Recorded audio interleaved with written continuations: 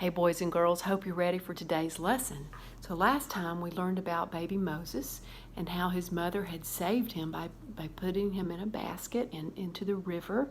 And Pharaoh's daughter found baby Moses and raised him to be her own son, like an Egyptian. But the problem was he wasn't an Egyptian, and as he grew older and understood that, he didn't like the way the Egyptians were mistreating the Hebrew slaves. And one day he saw an Egyptian beat a Hebrew slave, and he became so angry that he killed the Egyptian.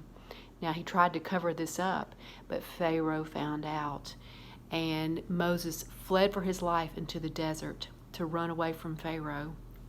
While he was in the desert, he met a family, and Jethro was the father of this family. And this family taught Moses how to be a shepherd, and he actually married one of Jethro's daughters. So Moses lived in the desert for many years, taking care of the flocks of sheep of Jethro, his father-in-law. Well, one day he took the sheep to the far side of the desert and near the mountain of God, and it was there that he saw a strange sight. He saw a bush that was on fire, but it wasn't burning up, it stayed green. There's the bush, and Moses couldn't believe this, so he goes over and he sees the bush, and God spoke to him through the bush and said, "Moses, take off your sandals, for you're standing on holy ground." And Moses did this, and God continued to speak to Moses and said, "I've seen the trouble that the Hebrew people are in their misery, and I want you to go back to Pharaoh and tell him to let my people go." And so Moses knew that he had to do this. He had to be obedient to God, and he could do this with God's help. But it was going to take a lot of convincing for Pharaoh to let the people go. And so that's what our next story is all about. But I want you to have fun with this story. I want you to read Exodus chapter 3 about the burning bush and about Moses. Read that with your family.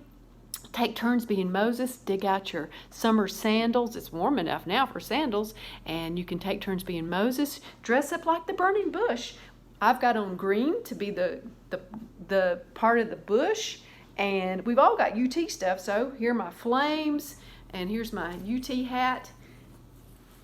So here's my, how you like that look? Here we go. I'm the burning bush now. And you can just be silly with it. You can even get some Legos out and turn your Legos into a burning bush and the whole story of Moses in the burning bush. Take some pictures and video and send them to Taylor. Maybe we can figure out how to post those on Facebook or the website or whatever we have going. Oh, and I've even put tissue paper in my houseplant. Can you see that?